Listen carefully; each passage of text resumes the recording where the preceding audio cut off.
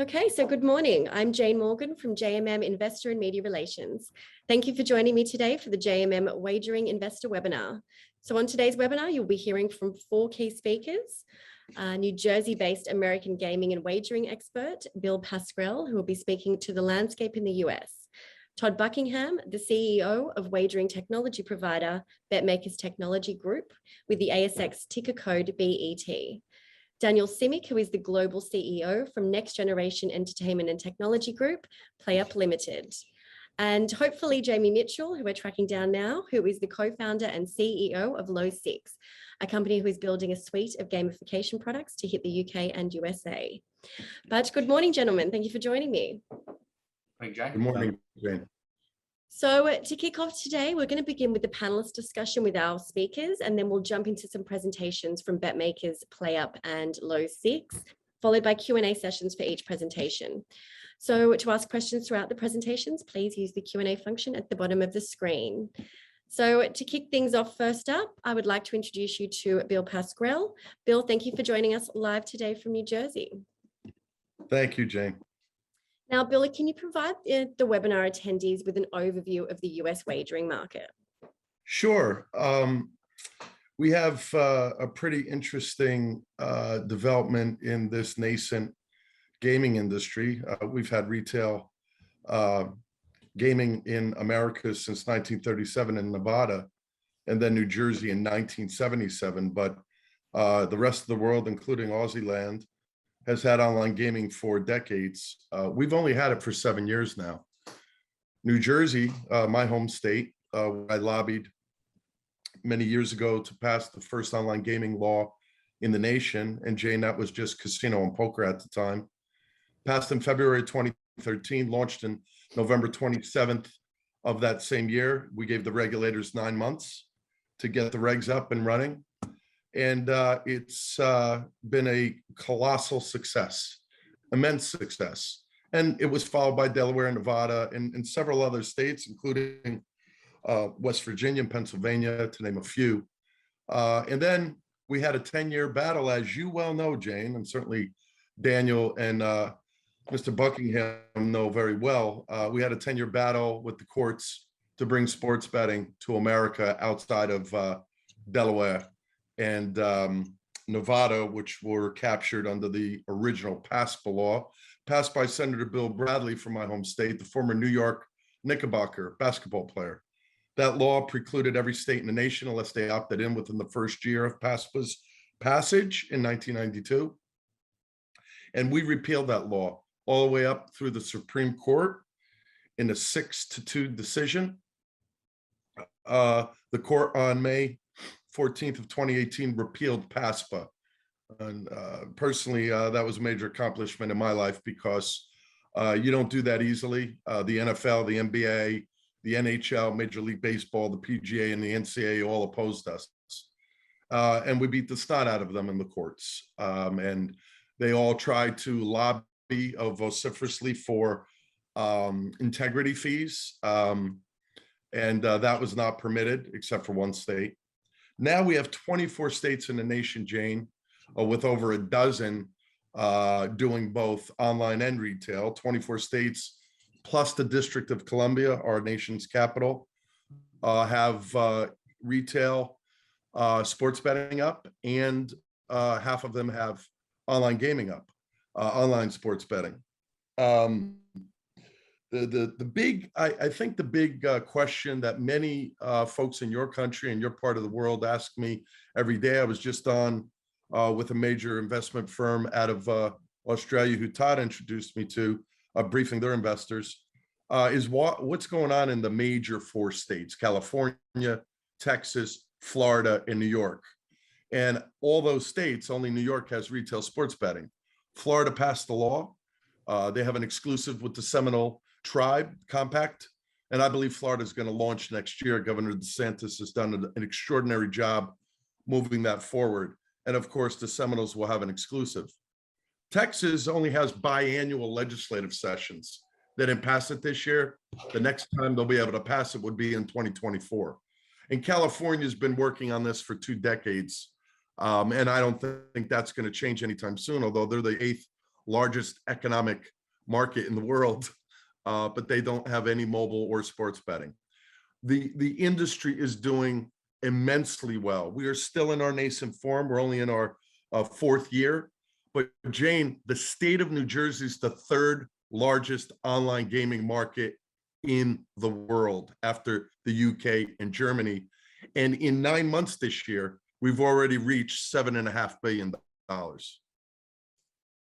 in handle for sports betting. Phenomenal. Well, thank you for that. Todd, I might just address this one to you. So where do you sort of think the US wagering market is currently in its life cycle? Embryonic, Jane. I think we're, really, as Bill pointed out, we're just sort of finding our feet over in that market. And I think a lot of the states have come on a lot faster than what people expected.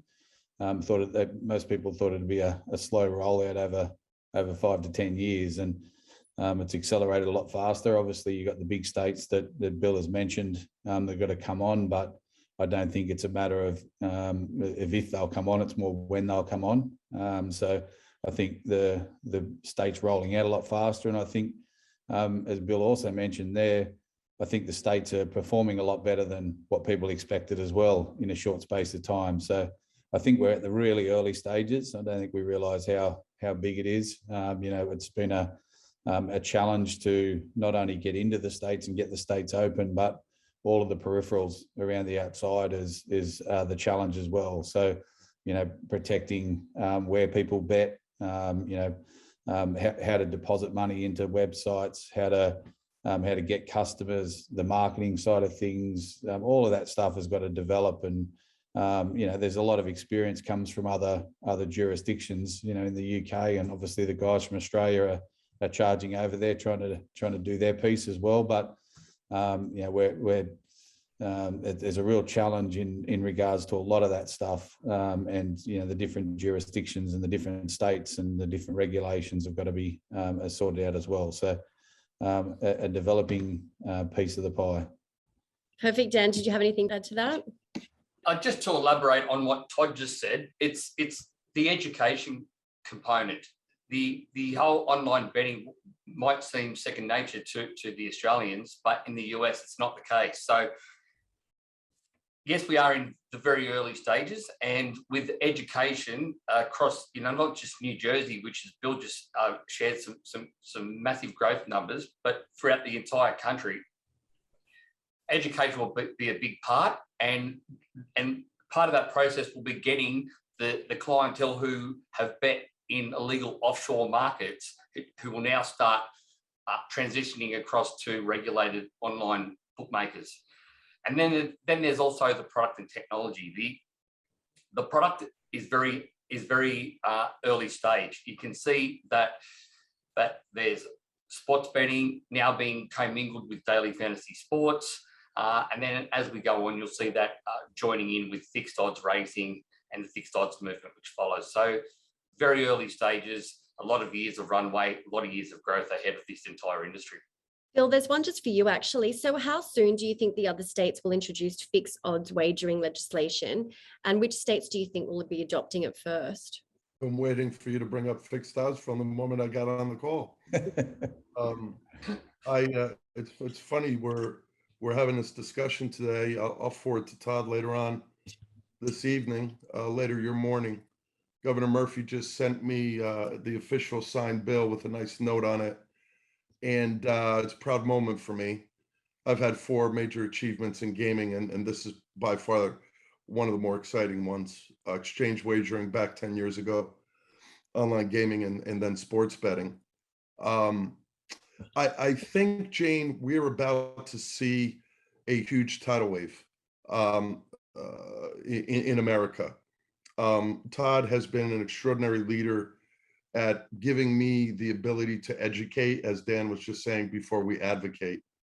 I'm doing a boot camp at my alma mater, Seton Hall Law School, this week. There's over 100 attendees from pretty much across the country, but there are even some from across the globe.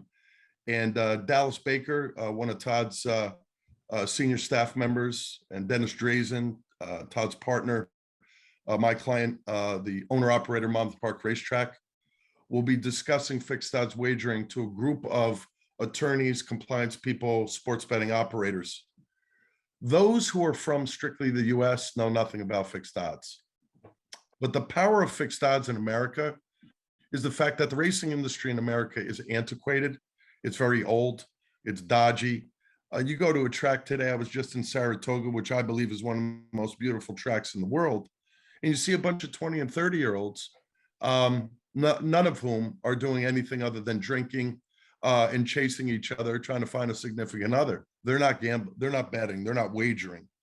But as we talk to those young folks, they love the power of fixed odds. They don't understand when they put $10 down on a 7-1, 10 minutes before the race, and when it clicks off, it's a 3-5. And they go up and they have no idea what they're getting. They like the certainty of that. And Americans are not unsophisticated when it comes to sports betting. They are unsophisticated when it comes to online gaming and legal sports betting. Americans have been making book on street corners across the country for centuries. That's nothing new.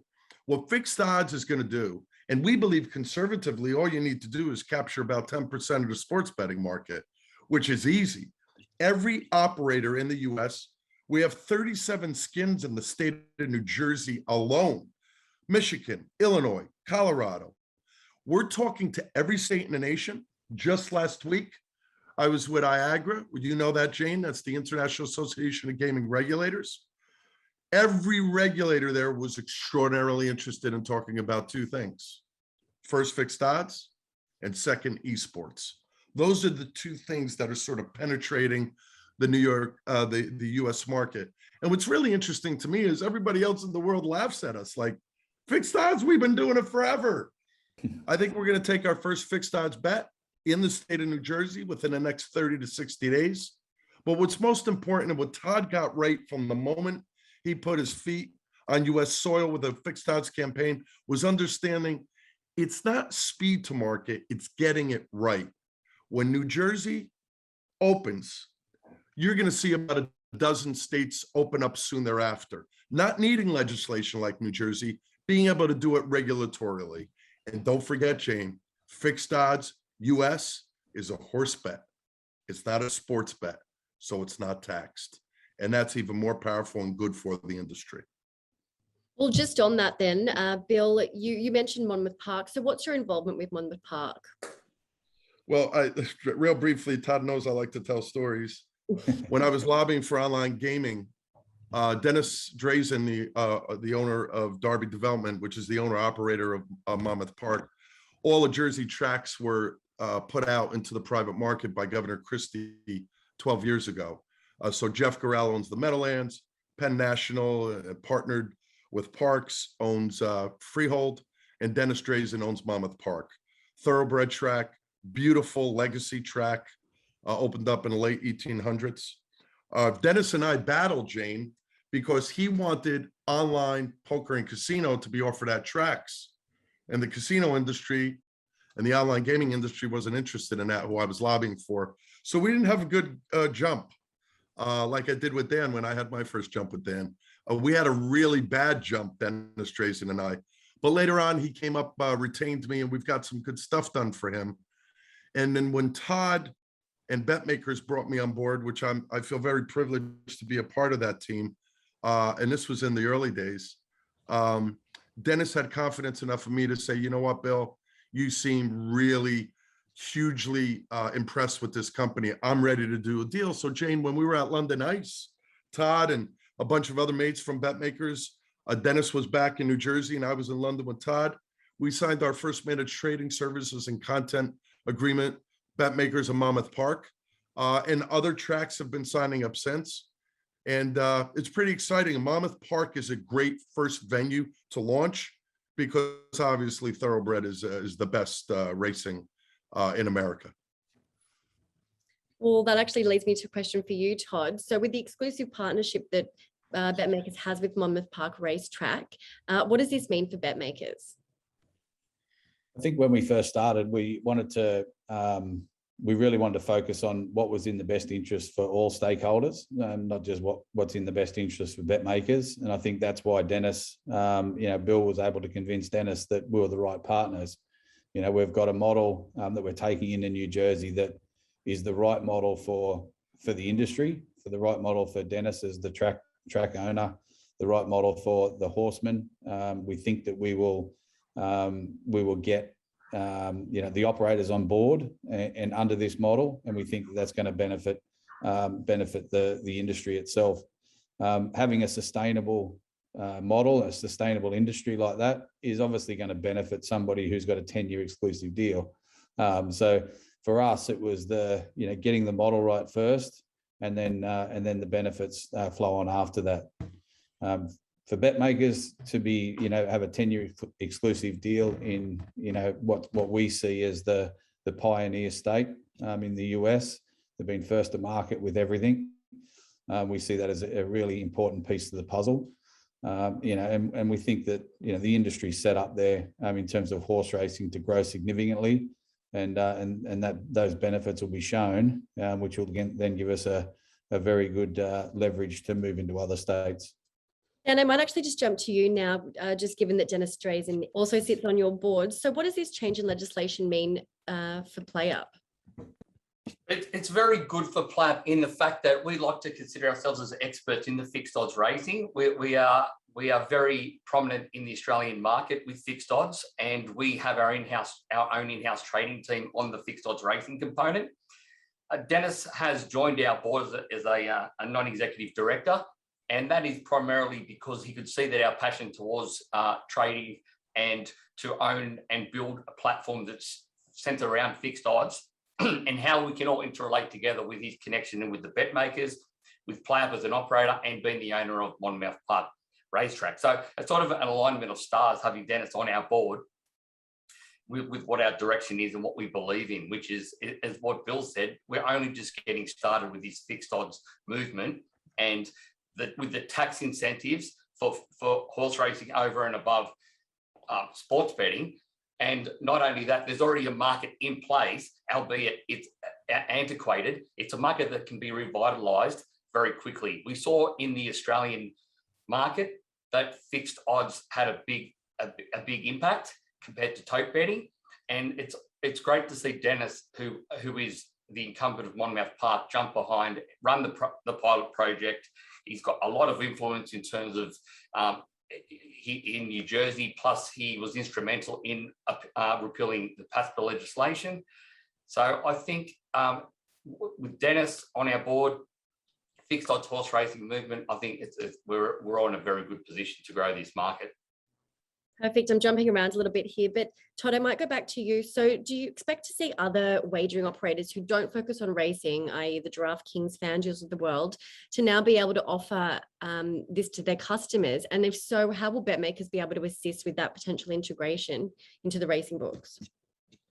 And I think it's important to note that, the things that the other panelists have raised as well, that, there's a lot of education piece and there's a lot of stuff going on in terms of the development and rolling out technology.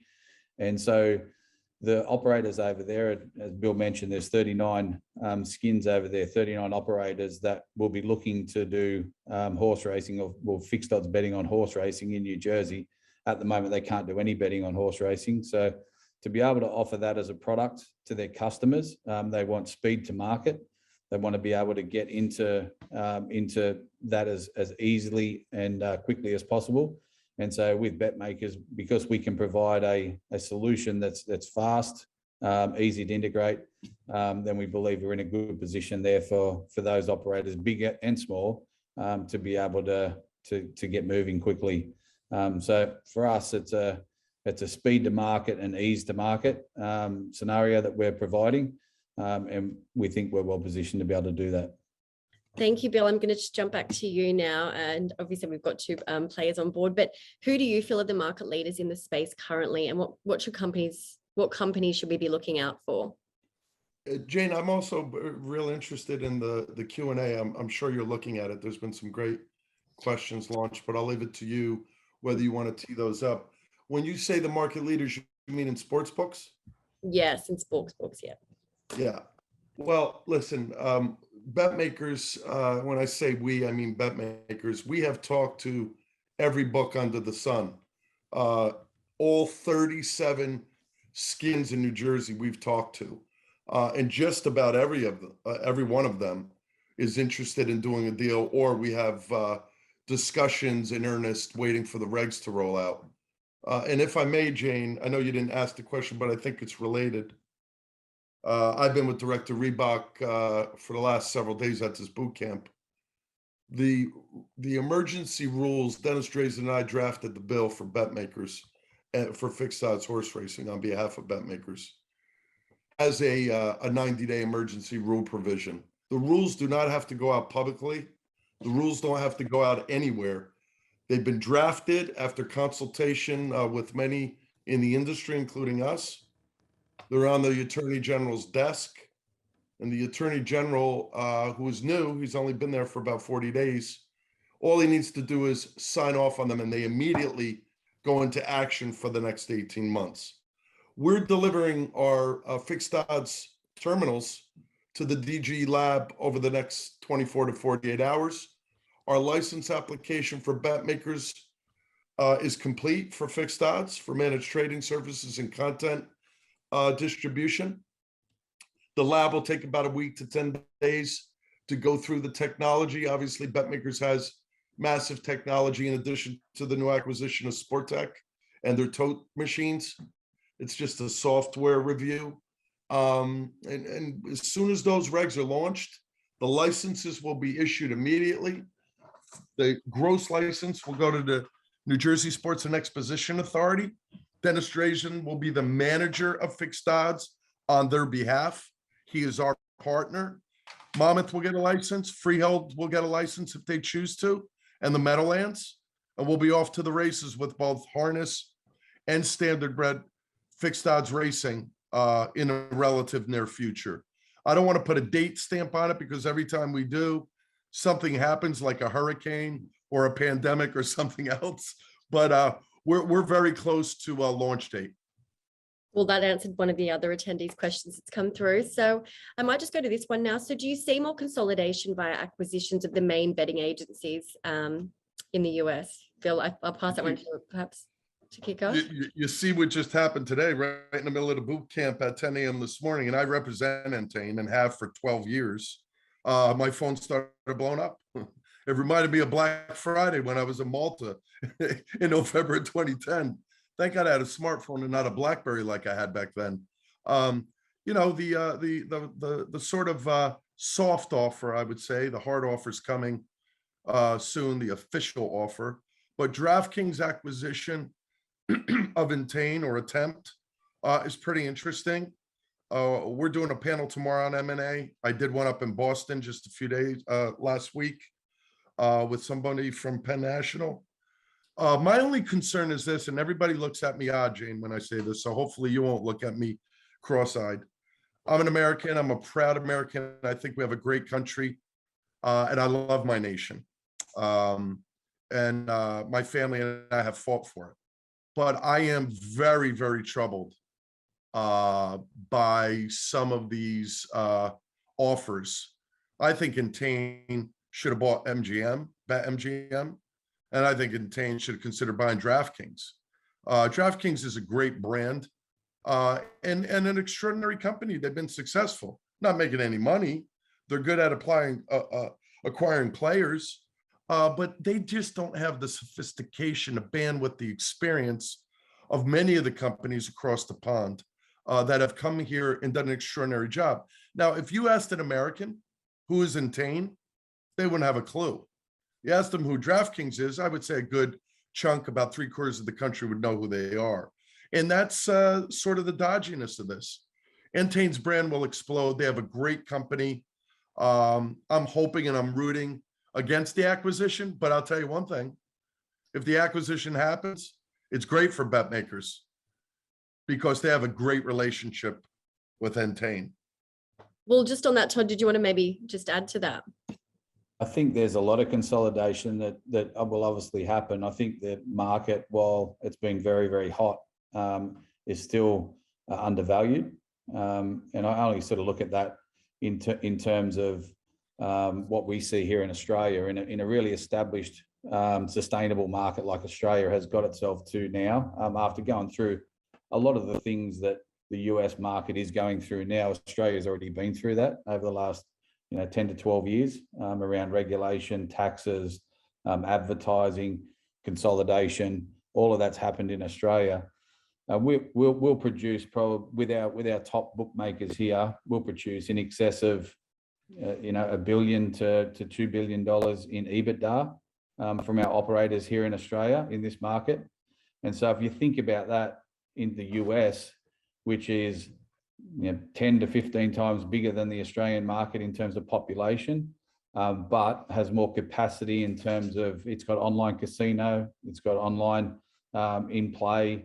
There's a whole range of things that can be bigger and better in the US market. So, if you multiply that out, and the US market could be a $30 to $40 billion EBITDA business, then there's a lot of scope for the growth. And when these offers come in, like a $18 billion offer or whatever it was for Entain, it mightn't be that bigger. It might be that bigger number. If we fast forward 5 years' time, that US market might be a lot bigger than what people are even putting down.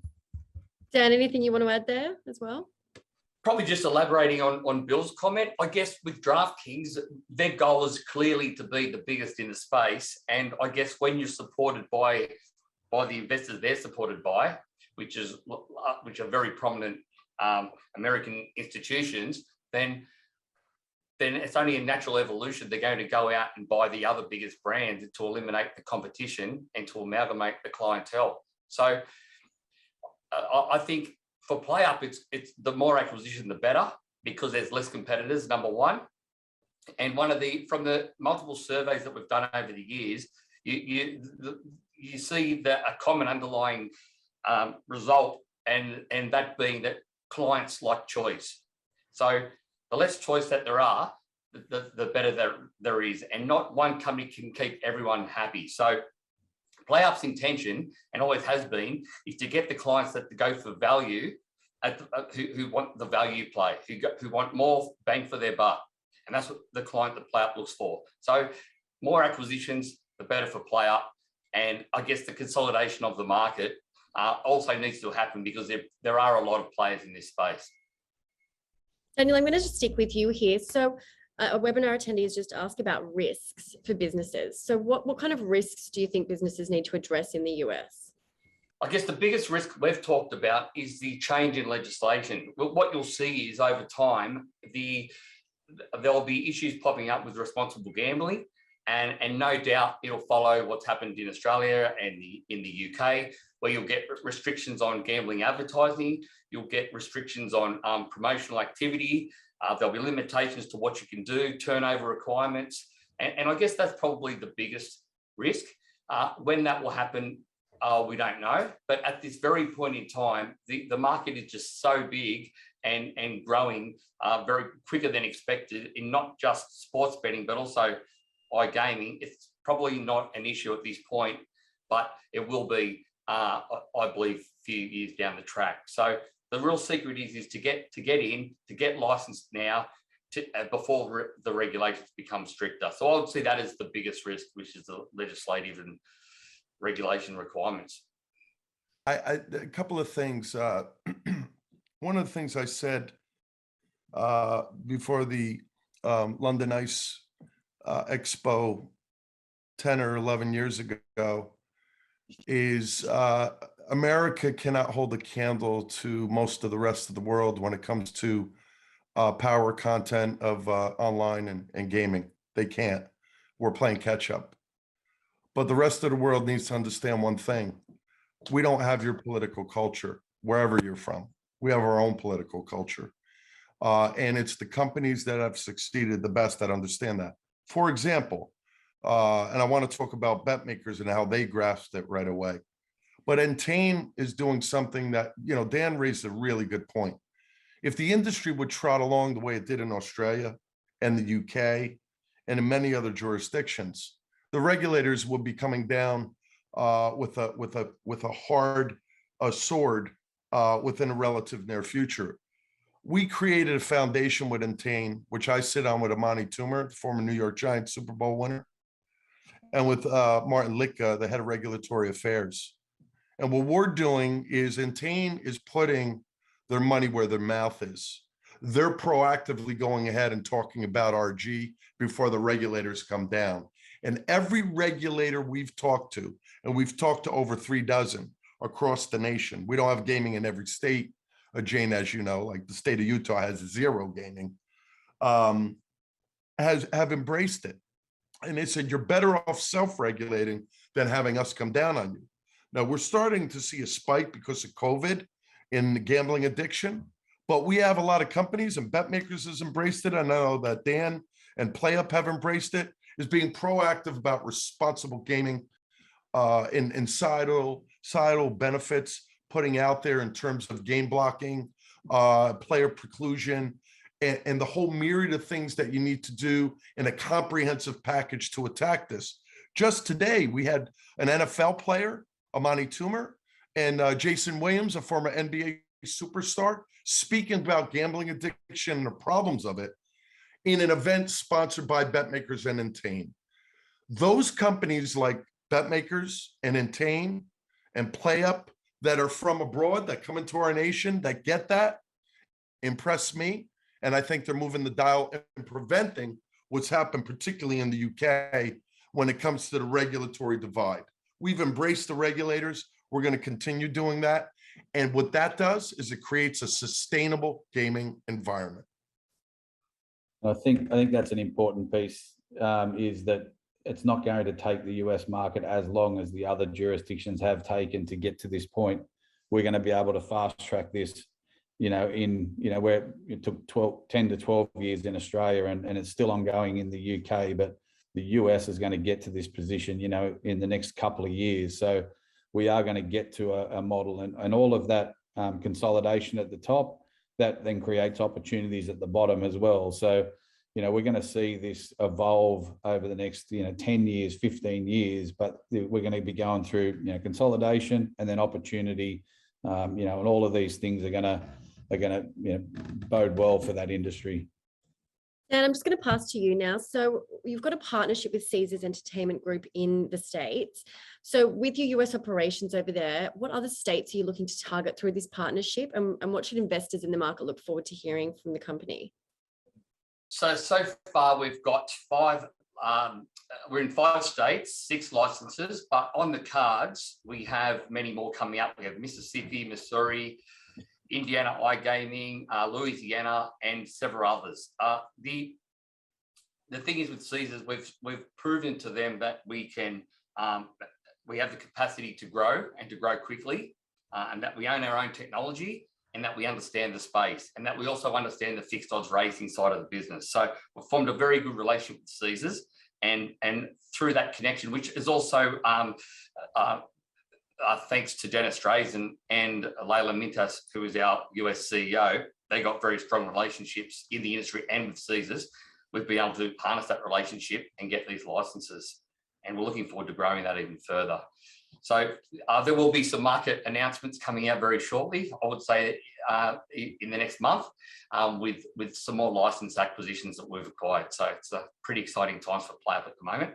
Our strategy at the moment is just to get as many licenses as we can.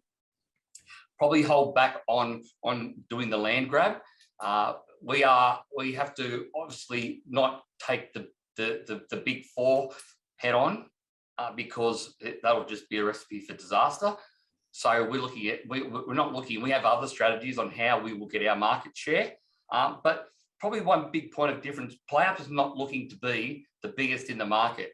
We're looking for a small share of a big industry, and we're looking for the clients who prefer value. And that includes better odds. That includes having someone to talk to on the phone, someone to be able to, do what's the word for personalized offerings, and also the live betting side of the industry is really picking up and will be a big differentiator in the marketplace. So fixed odds, live betting, different product. This is all the sort of attributes Caesars love and it's helped us form a strong partnership with Caesars. Todd, I might just pass to you now. So what are the opportunities that BetMakers is looking for in the US? Well, it's not unknown to anybody that knows BetMakers, but we are focused purely on horse racing. We see horse racing as a business in the US that's been underdeveloped and underinvested, and we see the opportunity in online gaming globally and how horse racing fits into that, whether it's in the Australian market, the UK market, or European market, and or Asian market, anywhere around the world. Horse racing is the second biggest bet on sport outside of football or soccer. So we see it playing a really important part in that US market. We've been focusing on it, as Bill will be able to attest to, for the last 3 or 4 years into the US, and in particular ramped up in the last 2 years and focused on how we can fit into that market. We were quite fortunate to be able to grab a business over there called Sportech and grab their assets. We're now in 100 odd casinos and racetracks that we supply services to. So we've been able to fast track our way into the US market, but predominantly it's all based on horse racing. Our partnership in New Jersey, obviously a 10-year deal with Monmouth Park and the New Jersey Horsemen, puts us in a really good position there to be able to establish ourselves. We think if we get it right in New Jersey, then that'll be the model that gets rolled out around the rest of the states as well. Thanks, Todd. There actually has been a question come through for you, Dan, directly. So can you tell us about your plans for the PlayChip, short-term and long-term vision? Maybe a bit of an overview of what PlayChip is for those who aren't aware of it. Okay, so the PlayChip is a completely separate, I guess it's a cryptocurrency it's in the general public, completely separate to PlayUp. However, the team at PlayUp really love cryptocurrency, and we've developed some of our products to allow a global currency. So the cryptocurrency aspect of our business was originally conceived to allow global games where we don't rely on any particular one country currency. So for example, daily fantasy sports. Many years ago, we turned on a product where we would have the world competing against each other.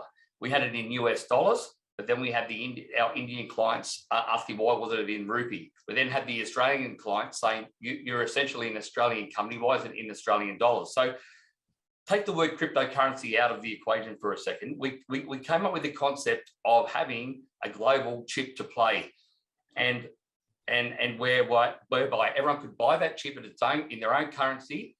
We didn't have to worry about currency fluctuations, and you could enter and play different types of games on a global scale.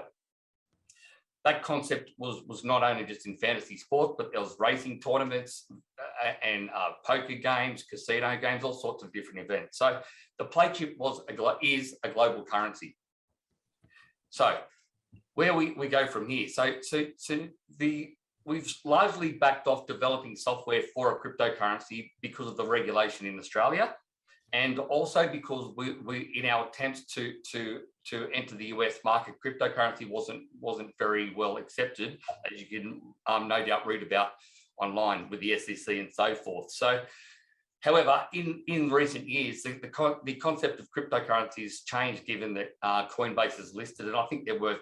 I think it listed at $86 billion, and then you have other companies in crypto that are looking at listing and operating in the space. So we see a world where there is global games, where there is one chip that is not classed as Bitcoin, where it was got that bad sentiment around illegal activity, where it is a product that can be integrated into multiple platforms, not just PlayUp's platforms, but there's a multitude of people who are developing product with the PlayChip at the moment.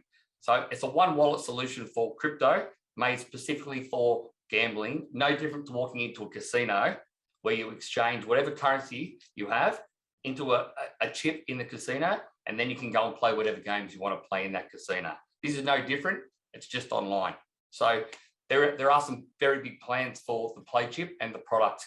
However, from our point of view, the PlayUp point of view, we just developed software for the PlayChip along with whoever else wants to. It's a publicly owned token.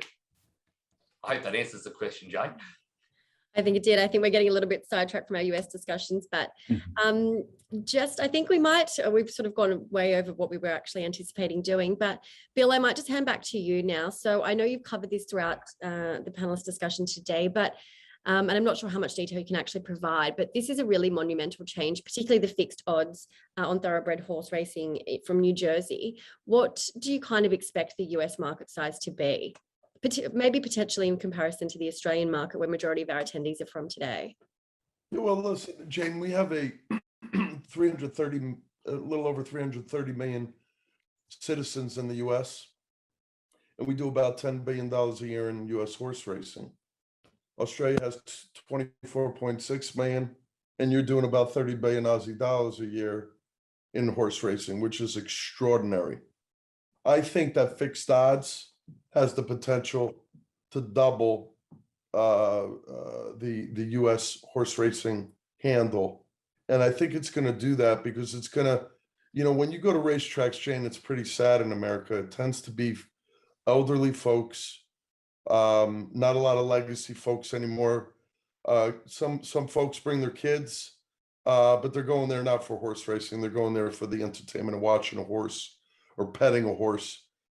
One of the things that Todd made clear to me and the board of bet makers very early on is this is about commercials and success, but it's also about embracing the horse racing industry. It's an industry that has been very shy to innovate. Let me give you an example. Many of your folks watching this will appreciate Governor Tom Wolf, who I met with about 2 years ago. He took $220 million out of the Pennsylvania horse purses. And he did that as a penalty because they're antiquated. They've done nothing to innovate. The tracks are old and broken down, oftentimes in Pennsylvania, and there's nothing really offering to the 20 and 30-year-olds who are used to betting on sports. They have been even before PASPA was repealed. And so Governor Tom Wolf said to me, Bill, when you get it done in Jersey, you talk to the horsemen over here and you get it done here, I'll restore that 220 million. He saw the power of fixed odds. And Pennsylvania is almost twice the size of New Jersey, and it's an adjoining state. The dominoes are about to fall. The stars are aligned. And I think both bet makers and Play Up and perhaps a few others are going to do an extraordinarily successful job.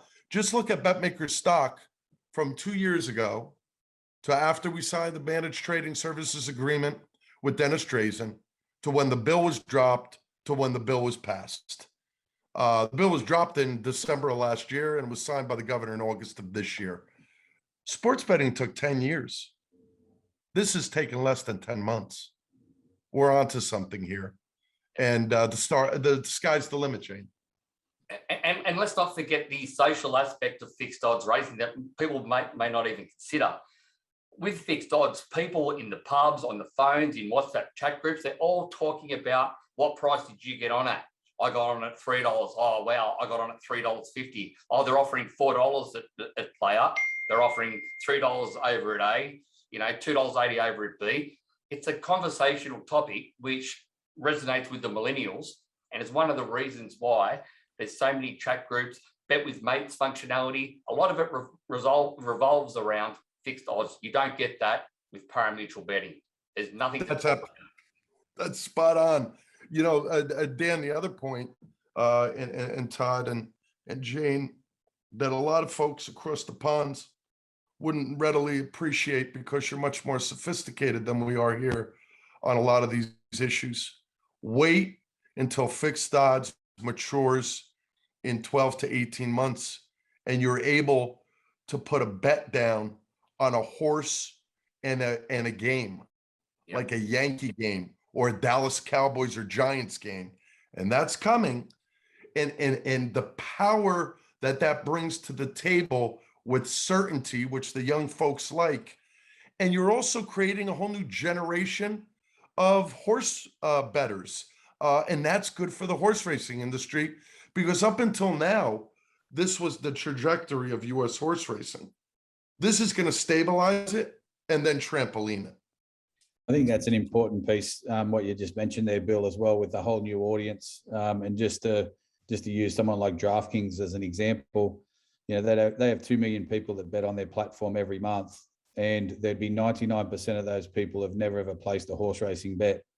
And so if you introduce this to a whole new audience like that, you know, I see a comment here, a question, you know, interested in your thoughts on how Australian thoroughbred racing fits into the fixed odds growth in the US, noticing the time zone challenges. And I'll just touch on that because, you know, when people get in there and they have a bet on their favorite game and their favorite team, these guys on DraftKings and FanDuel and those sites, when those games finish, half the people have backed the winner and they've got money in their accounts and they're looking for something to do. Australian horse racing just happens to fit into the time zone of when those games finish. The horse racing kicks off from Australia. You know, the challenges at the moment is it's not presented in a friendly way, and that's the challenge the bet makers needs to solve, how to present this in the right format for those customers so that we can get the customers that are betting on the Dallas Cowboys and, you know, their favorite team, the San Diego Chargers, and the game finishes and they say, well, what do I do now? And so, you know, Australian horse racing fitting into that, you know, time zone that goes, you know, after the games right through to the following morning, so that these websites can keep their shop open for 24 hours a day and provide entertainment. So it's a really, really exciting opportunity, and a way that, you know, horse racing in particular can fit into the ecosystem, and just to use as an example, there's 100,000, you know, 250,000 horse races a year globally around the world. There's 200 games of NFL per year. So there's just so much more content that you can bet on, and, you know, across a year. So it's up to horse racing to take advantage of that opportunity, but it's sitting there in front of their face. It's also the timing aspect that, you know, to put a bet on a sports team, you know, it takes 2 to 3 hours to get a result. On a race, you're talking 30 seconds, 2 minutes, and then you're up for the next one. And let's not forget the most important part, the returns on fixed odds racing compared to sports betting. It's a massively inflated return compared to sports betting. I think the average in the States, what is it at the moment?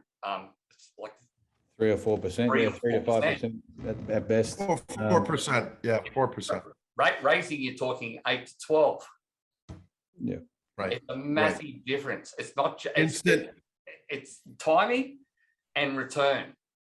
Instant gratification. And Jane, what happens in June, July, and August for the most part in America? Although the sports books, for the most part, have been doing okay, but there doesn't tend to be that massive. Baseball's good and tennis are good, but it doesn't contribute the way NBA, college basketball, college football. You're talking about 40,000 horse races a year in America, on top of the other content that happens globally. So as Todd and Dan point out, you now have liquidity like you've never seen before, which Texas Hold'em has been trying to do in America, but we haven't quite figured it out yet because you can't bet in California into a Jersey Texas Hold'em game. That's changing. It'll happen soon enough. But that's why every sports book, all 37 in New Jersey, want this. They need the content. They can't take horse bets right now, right? So now they'll be able to, and now they'll have massive content. And all you need to do is take 5 to 10% of the sports handle and move it over to horse racing. And you've got massive business profits. The horsemen, the jockeys, the breeders all benefit. And it's good for the country. Gentlemen, we've actually gone completely over the time that we allowed for the panelist discussion, so we might even have to miss the presentation. So I might just go through. There was a few other questions that attendees already sent through earlier. Dan, just one for you. You went live earlier this week in New Jersey with sports betting. Do you want to provide the webinar attendees with just a bit of an overview of the launch? Okay, so we went live in New Jersey in soft launch, which means we have to get 100 clients on board and prove that we can operate in the guidelines of the regulations. and that our software stacks up and everything like that. So we're in that phase right now. Probably only be a couple of weeks, and then we'll introduce our product to the full market. We're not doing a high level marketing campaign. I'm talking TV, spending massively online. We have other affiliate networks and other channels because our model is not to compete or try and take on the big boys in a market where we know we can't win. Our model is to find the right clients who want that value for money, which we have access to, and we'll catch the apples as they fall out of the trees. So we've got a model in place and we're working to that. Thanks, gentlemen. Look, I think we might even just wrap that up there. If there's anything further that you think the attendees should be aware of, Bill? Well, I wish I could have bought them BetMaker's stock a year ago. There's a question. I think that says it all, Jane. I feel like we all think the same thing. Yes, absolutely. There's a question there for Daniel on his listing. Okay, so on our liquidity event, again, we've got three paths to liquidity. One is the ASX listing, the other is the SPAC, and there's also the possibility of a trade sale. So they're all happening. Nothing will happen this year. It'll more than likely be in the first quarter of FY22. Did you see the question from Mr. Brennan? What's the relationship between PlayUp and BetMakers? Yeah, BetMakers, PlayUp is a significant client of ours and been a partner of ours, and we've worked together for many years. So that relationship will continue into the US, I'd assume. Daniel and I have been talking about how we can help out, in particular with horse racing in the US. So, and obviously, with our acquisition over there in terms of the ADW business and tote business, then we're looking to be a strong partner of PlayUp as we are here in Australia. We'd like to be a strong partner of theirs in the US market as well, as the guys get traction into those many states that he's talking about. So we currently take their data, the BetMakers data feed service in Australia to give us the odds from the other bookmakers and also the dynamic odds product. And I think we're very close to signing a deal in the US, which gives us access to the BetMakers platform, fixed odds, and the parimutuel horse racing. So yeah, that's where we stand there. Wonderful. Well, I think that's all we have time for today, gentlemen. Thank you everyone for joining us today. We do have actual copies of the presentations online, so we can share them with webinar attendees. And for those of you who wanted to hear from Low Six, we'll track Jamie down and we'll get a recording of that as well. But thank you all again, Bill, Todd, and Dan. Thanks for hosting us with us today. Thanks, Jane. Good job. See you again, guys. Thank you, Jane.